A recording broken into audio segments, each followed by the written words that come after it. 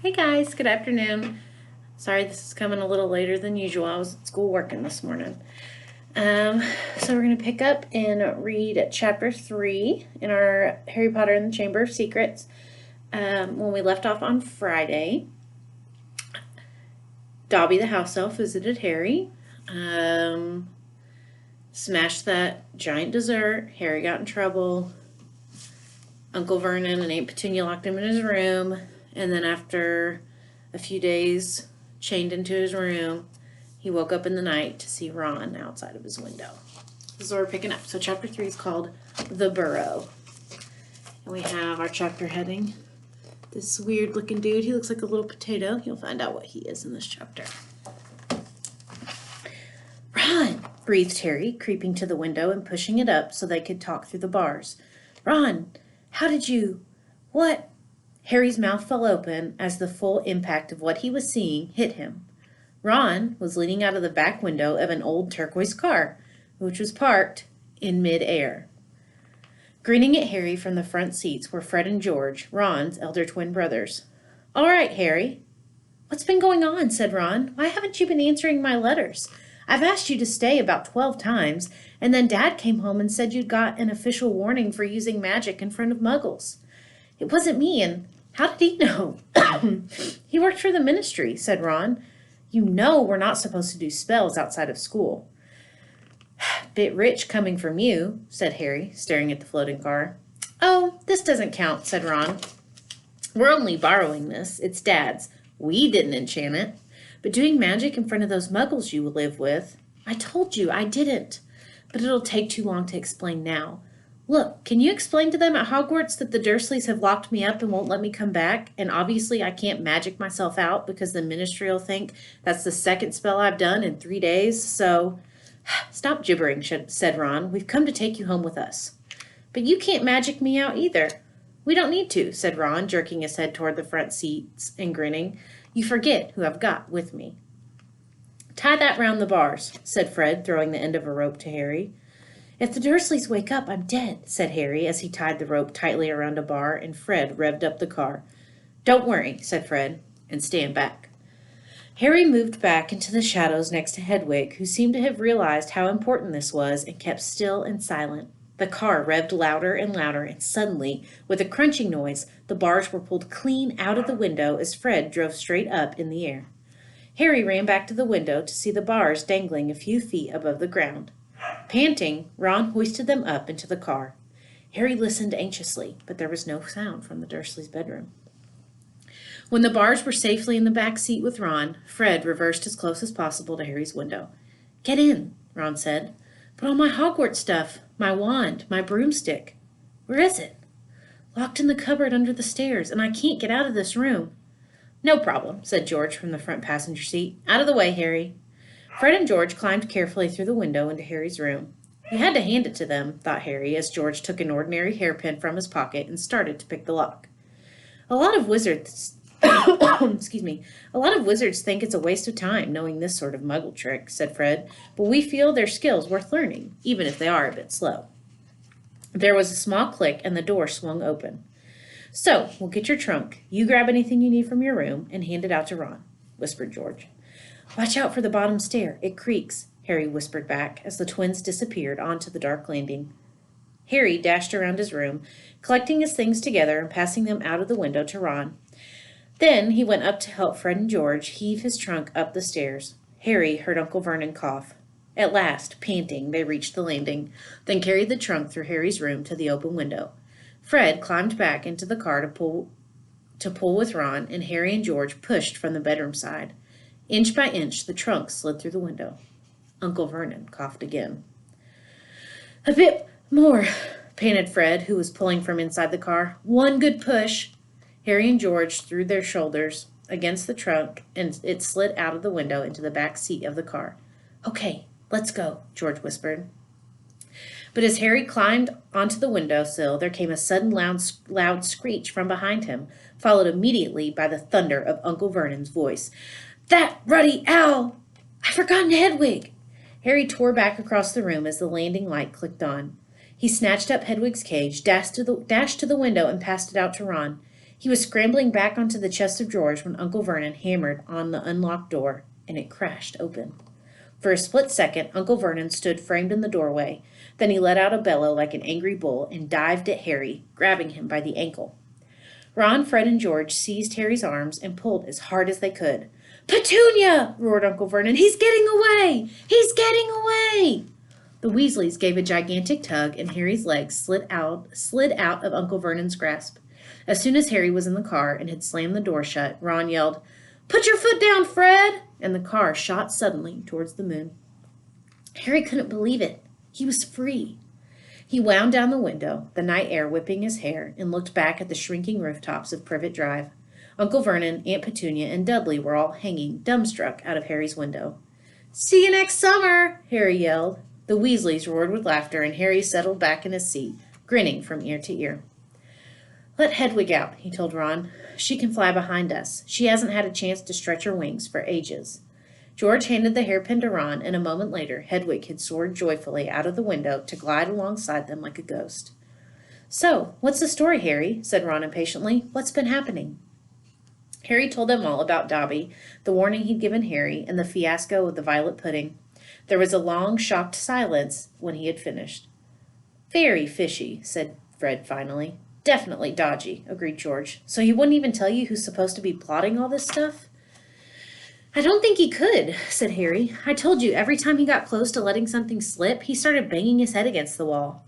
He saw Fred and George look at each other. "What, you think he was lying to me?" said Harry. "Well," said Fred, "put it this way. House elves have got powerful magic of their own, but they can't usually use it without their master's permission. I reckon old Dobby was sent to stop you from coming back to Hogwarts. Someone's idea of a joke. Can you think of anyone at school with a grudge against you?" "Yes," said Harry and Ron together, instantly. "Draco Malfoy," Harry explained. "He hates me." "Draco Malfoy?" said George, turning round. "Not Lucius Malfoy's son?" "Must be. It's not a very common name, is it?" said Harry. "Why?" "I've heard Dad talking about him," said George. "He was a big supporter of you-know-who."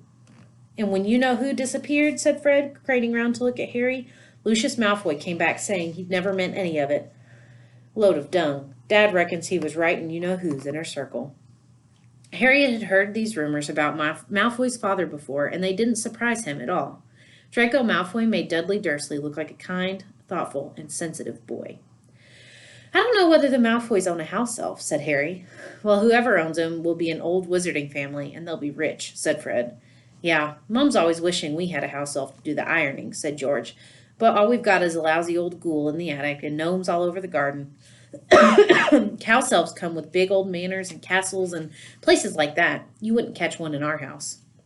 Harry was silent. Judging by the fact that Draco Malfoy usually had the best of everything, his family was rolling in wizard gold. He could just see Malfoy strutting around a large manor house. Sending the family servant to stop Harry back to Hogwarts also sounded exactly like the sort of thing Malfoy would do. Had Harry been stupid to take Dobby seriously? "I'm glad we came to get you anyway," said Ron. "I was getting really worried when you didn't answer any of my letters.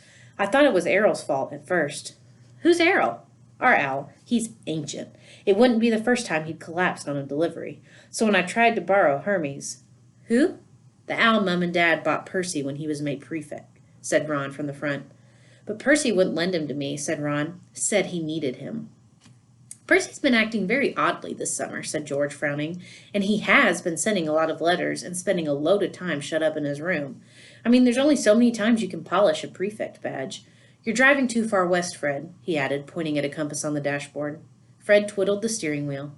"So, does your dad know you've got the car?" said Harry, guessing the answer. No," said Ron. "He had to work tonight. Hopefully we'll be back in the garage without Mum noticing we flew it." "What does your dad do at the Ministry of Magic anyway?" "He works in the most boring department," said Ron. "The misuse of Muggle artifacts office." "The what?" "It's all to do with bewitching things that are Muggle-made. You know, in case they end up back in a Muggle shop or house. Like last year, some old witch died and her tea set was sold to an antique shop. This Muggle woman bought it, took it home, and tried to serve her friend's tea in it. It was a nightmare. Dad was working overtime for weeks." "What happened?" "The teapot went berserk and squirted boiling tea all over the place, and one man ended up in the hospital with the sugar tongs clamped to his nose. Dad was going frantic. It's only him and an old warlock called Perkins in the office, and they had to do memory charms and all sorts to cover it up. But your dad? This car? Fred laughed. Yeah, Dad's mad about everything to do with muggles. Our shed's full of muggle stuff. He takes it apart, puts spells on it, and puts it back together again. If he raided our house, he'd have to put himself straight under arrest. It drives Mum crazy. That's the main road, said George, peering down through the windscreen. We'll be there in 10 minutes. Just as well. It's getting light. A faint pinkish glow was visible along the horizon to the east. Fred brought the car lower, and Harry saw a dark patchwork of fields and clumps of trees. We're a little way outside the village, said George. Ottery St. Catchpole. Lower and lower went the flying car. The edge of a brilliant red sun was now gleaming through the trees. Touchdown, said Fred, as, with a slight bump, they hit the ground. They had landed next to a tumble-down garage in a small yard, and Harry looked out for the first time at Ron's house. So here's a picture of their flying car in the sky with the birds.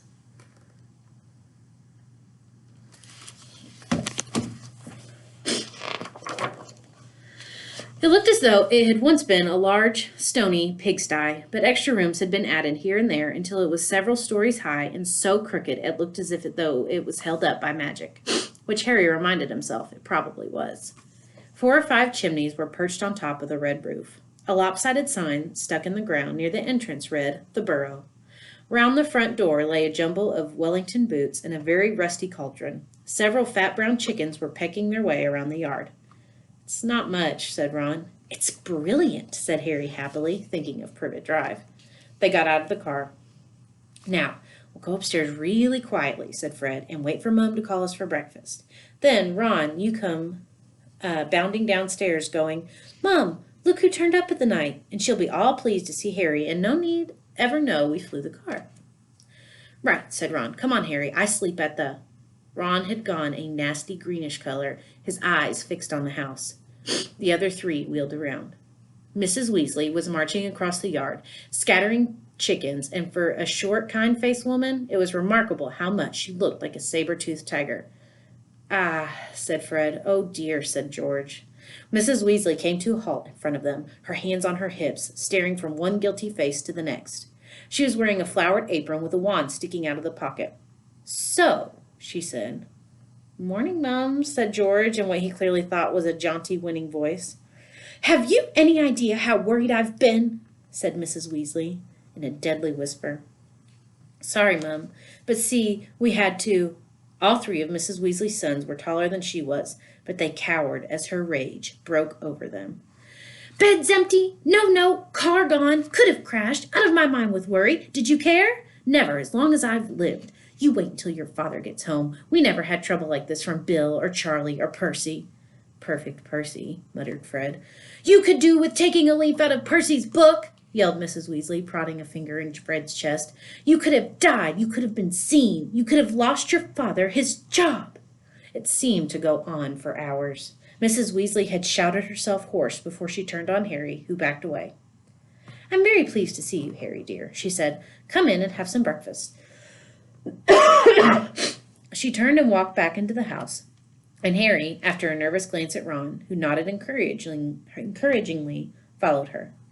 The kitchen was small and rather cramped. There was a scrubbed wooden table and chairs in the middle, and Harry sat down on the edge of his seat, looking around. He had never been in a wizard house before. The clock on the wall opposite him had only 1 hand, and no numbers at all. Written around the edge were things like, time to make tea, time to feed the chickens, and you're late. Books were stacked 3 deep on the mantelpiece, books with titles like Charm Your Own Cheese, Enchantment and Baking, and 1 Minute Feast, It's Magic. And unless Harry's ears were deceiving him, the old radio next to the sink had just announced that coming up was Witching Hour with the popular singing sorceress Celestina Warbeck. Mrs. Weasley was clattering around cooking breakfast a little haphazardly, throwing dirty looks at her sons as she threw sausages into the frying pan. Every now and then she muttered things like, don't know what you were thinking of, and never would have believed it. I don't blame you, dear, she assured Harry, tipping 8 or 9 sausages onto his plate. Arthur and I have been worried about you, too. Just last night we were saying we'd come and get you ourselves if you hadn't written Ron back by Friday. But really, she was now adding 3 fried eggs to his plate. Flying in a legal car halfway across the country. Anyone could have seen you. She flicked her wand casually at the washing up in the sink, which began to clean itself, clicking gently in the background. It was cloudy, Mum, said Fred. You keep your mouth closed while you're eating, Mrs. Weasley snapped. They were starving him, Mum, said George. And you, said Mrs. Weasley. But it was with a slightly softened expression that she started cutting Harry bread and buttering it for him. At that moment there was a diversion in the form of a small red-headed figure in a long nightdress who appeared in the kitchen, gave a small squeal, and ran out again.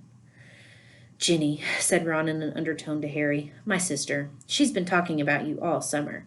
Yeah, she'll be wanting your autograph, Harry, grinned Fred, but he caught his mother's eye and bent his face over his plate without another word. Nothing more was said until all 4 plates were clean, which took a surprisingly short time. Blimey, I'm tired, yawned Fred, setting down his knife and fork at last. I think I'll go to bed and... You will not, snapped Mrs. Weasley. It's your own fault you've been up all night. You're going to denome the garden for me. They're getting completely out of hand again. Oh, Mom, and you two, she said, glaring at Ron and George. You can go up to bed, dear, she added to Harry. You didn't ask them to fly that wretched car. But Harry, who felt wide awake, said quickly, I'll help Ron. I've never seen denoming. That's very sweet of you, dear, but it's dull work, said Mrs. Weasley. Now, let's see what Lockhart's got to say on the subject. And she pulled a heavy book from the stack on the mantelpiece. George groaned. Mom, we know how to denome the garden. Harry looked at the cover of Mrs. Weasley's book. Written across it in fancy gold letters were the words, Gilderoy Lockhart's Guide to Household Pests. There was a big photograph on the front of a very good-looking wizard with wavy blonde hair and bright blue eyes. As always in the wizarding world, the photograph was moving. The wizard, who Harry assumed was Gilderoy Lockhart, kept winking cheekily at them all. Mrs. Weasley beamed down at him. Oh, he is marvelous, she said. He knows his household pests all right. It's a wonderful book. Mum fancies him, said Fred in a very audible whisper. Don't be so ridiculous, Fred, said Mrs. Weasley, her cheeks rather pink. All right, if you think you know better than Lockhart, you can go and get on with it. And woe betide you if there's a single gnome in that garden when I come to inspect it. Yawning and grumbling, the Weasleys slouched outside with Harry behind them. The garden was large, and in Harry's eyes, exactly what a garden should be. The Dursleys wouldn't have liked it. There were plenty of weeds, and the grass needed cutting, but there were gnarled trees all around the walls, plants Harry had never seen spilling from every flower bed, and a big green pond full of frogs. Muggles have garden gnomes too, you know, Harry told Ron as they crossed the lawn. Yeah, I've seen those things they think are gnomes, said Ron, bent double with his head in a peony bush. Like a fat Santa Claus with a fishing rod. There was a violent scuffling noise. The peony bush shuddered, and Ron straightened up. This is a gnome, he said grimly. Get off me, squealed the gnome. It was certainly nothing like Santa Claus. It was small and leathery looking, with a large, knobbly, bald head, exactly like a potato. Ron held it at arm's length as it kicked out at him with its horny little feet. He grasped it around the ankles and turned it upside down. This is what you have to do, he said. He raised the gnome above his head, Get off me, and started to swing it in great circles like a lasso. Seeing the shocked look on Harry's face, Ron added, It doesn't hurt them. You've just got to make them really dizzy so they can't find their way back to the gnome holes. He let go of the gnome's ankles. It flew 20 feet into the air and landed with a thud in the field over the hedge. So I'm going to show you. This is what garden gnomes look like. Not like the cute little gnomes that we put in our gardens. And then here's Ron throwing that gnome.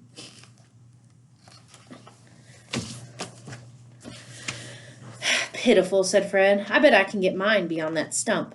Harry learned quickly not to feel too sorry for the gnomes.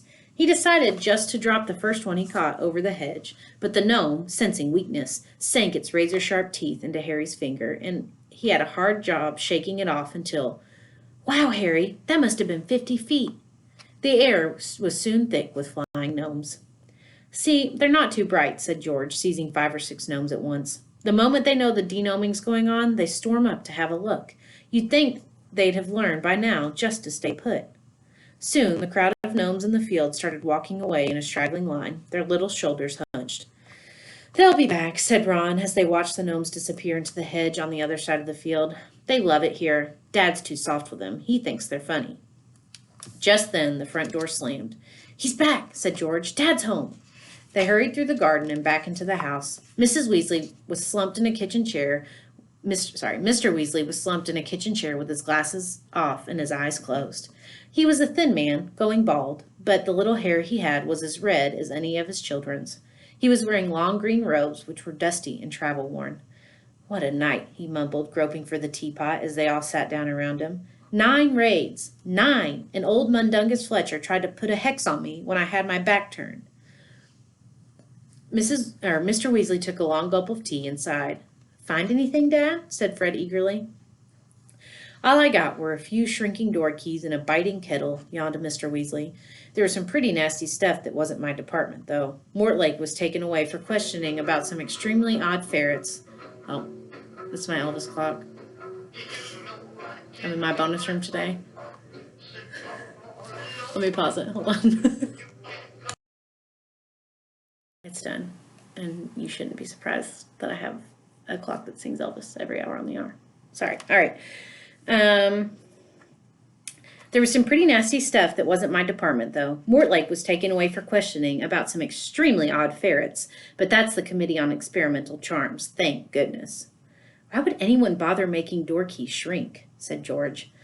Just muggle baiting, sighed Mr. Weasley. Sell them a key that keeps shrinking to nothing so that they can never find it when they need it. Of course, it's very hard to convict anyone because no muggle would admit their keys keep shrinking. They'll insist they just keep losing it. Bless them, they'll go to any lengths to ignore magic, even if it's staring them in the face. But the things our lot have taken to enchanting, you wouldn't believe. Like cars, for instance? Mrs. Weasley had appeared, holding a long poker like a sword. Mr. Weasley's eyes jerked open. He stared guiltily at his wife. Cars, Molly dear?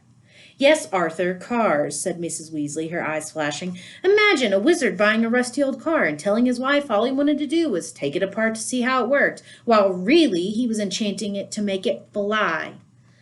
Mr. Weasley blinked. Well, dear, I think you'll find that he would be quite within the law to do that, even if he maybe would have done better to tell his wife the truth. There's a loophole in the law, you'll find, as long as he wasn't intending to fly the car. The fact that the car could fly wouldn't. Arthur Weasley, you made sure there was a loophole when you wrote that law, shouted Mrs. Weasley, just so you could carry on tinkering with all that muggle rubbish in your shed. And for your information, Harry arrived this morning in the car you weren't intending to fly. Harry? Said Mr. Weasley blankly. Harry who? He looked around, saw Harry, and jumped. Here's our little line of garden gnomes.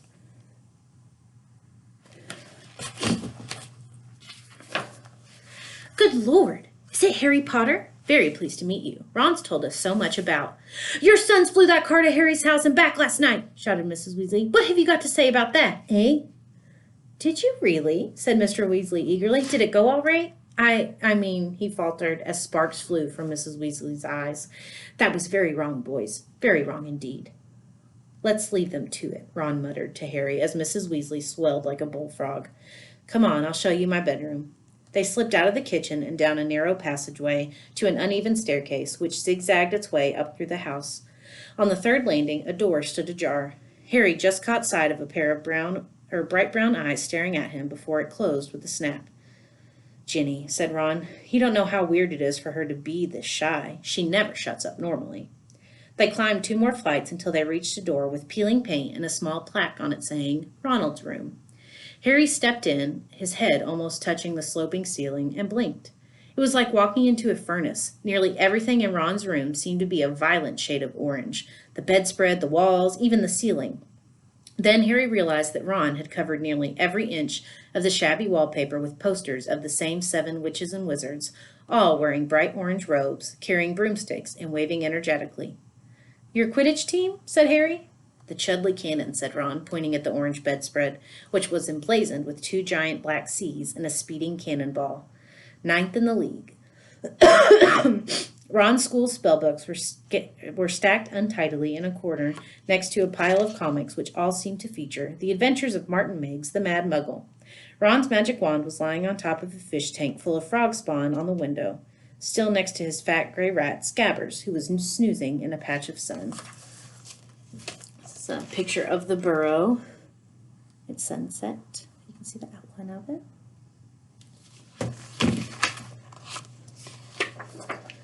Harry stepped over a stack of self-shuffling playing cards on the floor and looked out of the tiny window. In the field far below, he could see a gang of gnomes sneaking, one by one, back through the Weasleys' hedge. Then he turned to look at Ron, who was watching him almost nervously, as though waiting for his opinion.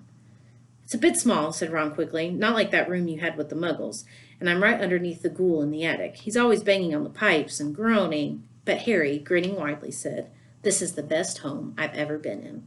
Ron's ears went pink. All right, that's chapter 3. See you tomorrow with chapter 4. Love you. Have a good night.